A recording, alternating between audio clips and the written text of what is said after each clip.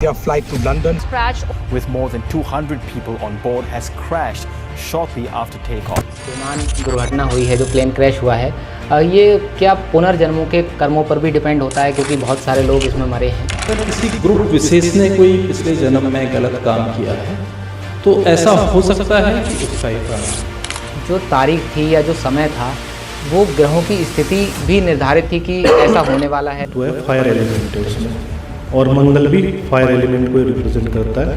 केतु भी आ गया उसके साथ में। सामूहिक दुर्घटना होगी या अकाल मृत्यु लोगों की होगी, क्या ये ग्रहों की स्थिति के 12वां भाव होता है लंबी दूरी की यात्रा, हवाई यात्रा, फॉरेन ट्रेवल्स, वहीं से हम देखते हैं।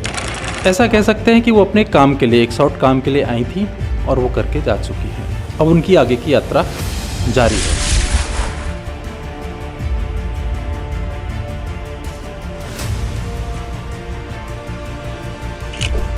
आप सभी लोगों का स्वागत है आज के इस एपिसोड में।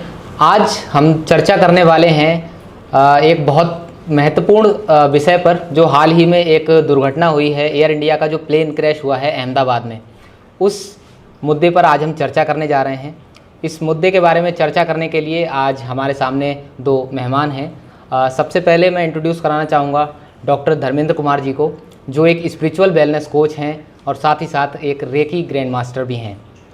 और हमारे जो दूसरे मेहमान हैं वो राजस्थान से एस्ट्रोलॉजर अजय चौहान जी हैं, जो बहुत ही प्रसिद्ध एक एस्ट्रोलॉजर हैं, न्यूमरोलॉजिस्ट हैं। सर, आप दोनों का बहुत बहुत स्वागत है। धन्यवाद। सर, जैसा कि अभी हम लोगों ने न्यूज़ में देखा होगा कि अहमदाबाद में 12 जून को एक बहुत ही बड़ा, मैं इतिहास में कहूँ कि अब तक का सबसे बड़ा प्लेन क्रैश हुआ है, जिसमें लगभग 250 से ज़्यादा लोगों की मृत्यु हुई है। तो उस मुद्दे के बारे में मैं आपसे चर्चा करने जा रहा हूँ। सबसे पहले सर, थोड़ा आप लोग पहले बोलें, अपना इंट्रोडक्शन दें उस मुद्दे के बारे में, और फिर हम क्वेश्चन आंसर शुरू करेंगे। मेरा नाम डॉक्टर धर्मेंद्र कुमार है और मैं एक स्पिरिचुअल वेलनेस कोच हूँ, और अपने कई विधाओं के माध्यम से मैं लोगों को हील करने में, लोगों को स्पिरिचुअली आगे बढ़ाने में मदद करता हूँ। सर, मेरा नाम अजय चौहान है और मैं ज्योतिष के क्षेत्र में पिछले बहुत समय से हूँ, और मेरी फील्ड भी रिसर्च की है ज्योतिष के अंदर में।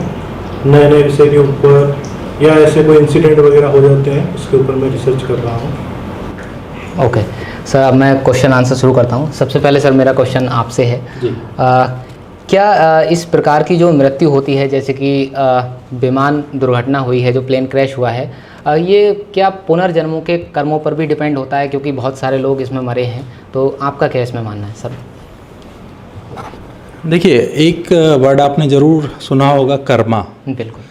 लेकिन इसमें और ऐड हो जाता है, तो एक हो जाता है, दूसरा नाम हो जाता है सामूहिक कर्मा, क्यूमुलेटिव कर्मा। ओके। मतलब ऐसे कर्म जिसमें एक नहीं, पूरा एक समूह जुड़ा हो। तो ये जो घटना हुई है, सबसे पहले तो जो भी इसमें दिवंगत आत्माएं हैं, उनके लिए मैं दुआ करता हूँ कि प्रभु उनको अपने चरणों में उचित स्थान दें और उनके परिवार को इस दुख को झेलने की क्षमता दें। बहुत ही दुखद घटना है।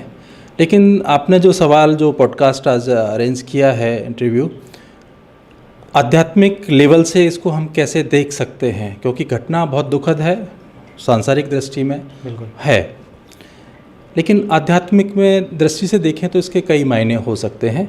मैं एक मायने की अभी बात करता हूँ, जो आपने बोला कर्मा।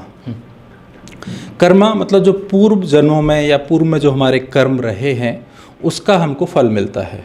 अगर अच्छे कर्म रहे हैं तो हमको अच्छे फल मिलेंगे, और बुरे कर्म किए हैं तो बुरे फल मिलेंगे, ऐसा कहा गया है। ठीक है। लेकिन एक और भी इससे आगे होता है, वो होता है सामूहिक कर्म, जिसमें कोई भी कर्म एक पूरे ग्रुप के द्वारा किया जाता है। जैसे आपने देखा होगा, कभी कभी एक भीड़ इकट्ठा हो जाती है। पहले बहुत होता था कि भीड़ किसी एक स्त्री को, एक पुरुष को पूरा मारती थी, पत्थर फेंक के मारा जाता था जब तक कि वो मर ना जाए। तो ये जो पूरा भीड़ जो एक कर्म को करती थी, एक व्यक्ति को मारना या कुछ किसी को दंडित करना, ये सामूहिक कर्म में आ जाता है। ठीक है। तो ऐसा अगर किसी ग्रुप विशेष ने कोई पिछले जन्म में गलत काम किया है, तो ऐसा हो सकता है कि उसका ये परिणाम हो। तो इसी को कहते हैं सामूहिक कर्म। और एक रीज़न ये हो सकता है, इसकी वजह से भी एक पूरा ग्रुप, ऐसा डेस्टिनी तैयार होती है या ऊपर वाला ऐसा तैयार करता है पूरा सिस्टम कि वो सारे सोल्स जो उस समय उस कर्म में, बुरे कर्म में शामिल थे, वो एक जगह पर इकट्ठे हों, एक तय समय पे इकट्ठे हों।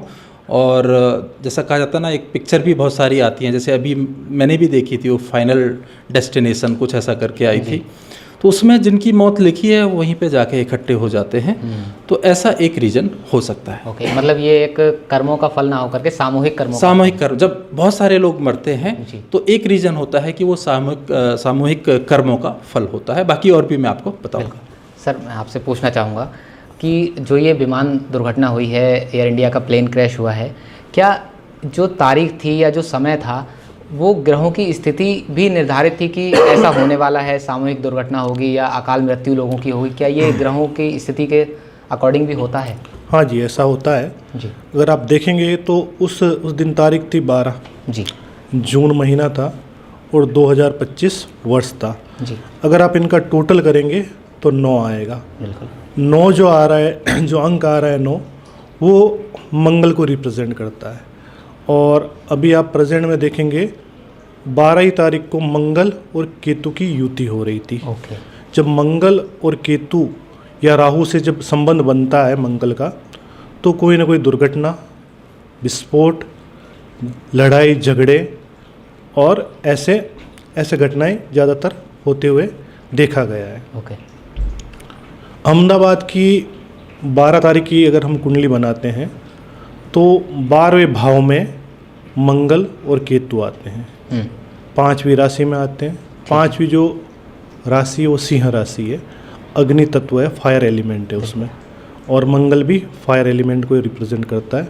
केतु भी आ गया उसके साथ में, तो दुर्घटना होने के बहुत ज़्यादा चांसेस दर्शाता है। 12वां भाव होता है लंबी दूरी की यात्रा, हवाई यात्रा, फॉरेन ट्रेवल्स, वहीं से हम देखते हैं। तो आप देखेंगे कि वो फॉरेन ट्रेवल्स ही था उस दिन, और वहाँ पे यंत्र के अंदर कोई गड़बड़ी हो गई थी, या आप देखेंगे कि उस विमान के अंदर जो फ्यूल था, ईंधन था, वो करीब 1.25 लाख लीटर था। बिल्कुल। तो वहाँ भी ऐसा कोई विस्फोट वगैरह हुआ, यंत्र में कुछ गड़बड़ी हुई और ऐसी दुर्घटना हुई। ठीक है सर, मैं अब आपसे जानना चाहूँगा कि लोगों की जो मृत्यु हुई, ये आप इसको क्या कहेंगे कि ये असमय मृत्यु थी या उनकी मृत्यु में ईश्वर की योजना का भी कुछ हिस्सा होता है? देखिए, अक्सर कहा तो ऐसा ही जाएगा कि टेक्निकल फॉल्ट था, हो सकता है। बिल्कुल। लेकिन फॉल्ट बहाना बनते हैं, किसी ना किसी को तो माध्यम बनाया जाता है, तो फॉल्ट भी माध्यम बनते हैं। और जो असमय मृत्यु, जैसे मैंने एक बताया सामूहिक कर्म, एक होता है कि कभी कभी सोल्स जो है वो खुद ही निर्णय लेती हैं।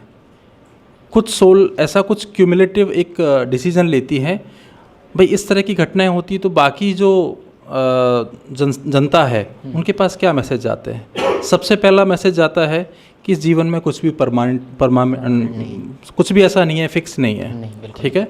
दूसरा मैसेज जाता है कि बहुत ज़्यादा चीज़ों को इकट्ठा ना करें, कभी भी कुछ भी हो सकता है, लाइफ इज़ अनसर्टेन। बिल्कुल। ठीक है।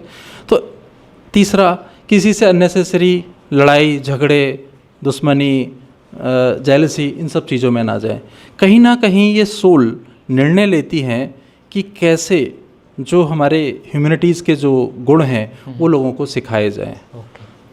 ठीक है। तो एक तरीके से ये सोल्स खुद निर्णय लेती हैं कि एक निर्णय से इतनी सारी सोल्स को जो एक ह्यूमैनिटी पे आगे अब अच्छे से बढ़ेंगे, कैसे इस मैसेज को पास ऑन किया जाए। नहीं तो लोग क्या समझते हैं, लोग यही समझते हैं कि हम तो पूरी ज़िंदगी का ठेका लेकर आए हैं, हमें कुछ नहीं होगा, उनके साथ हुआ।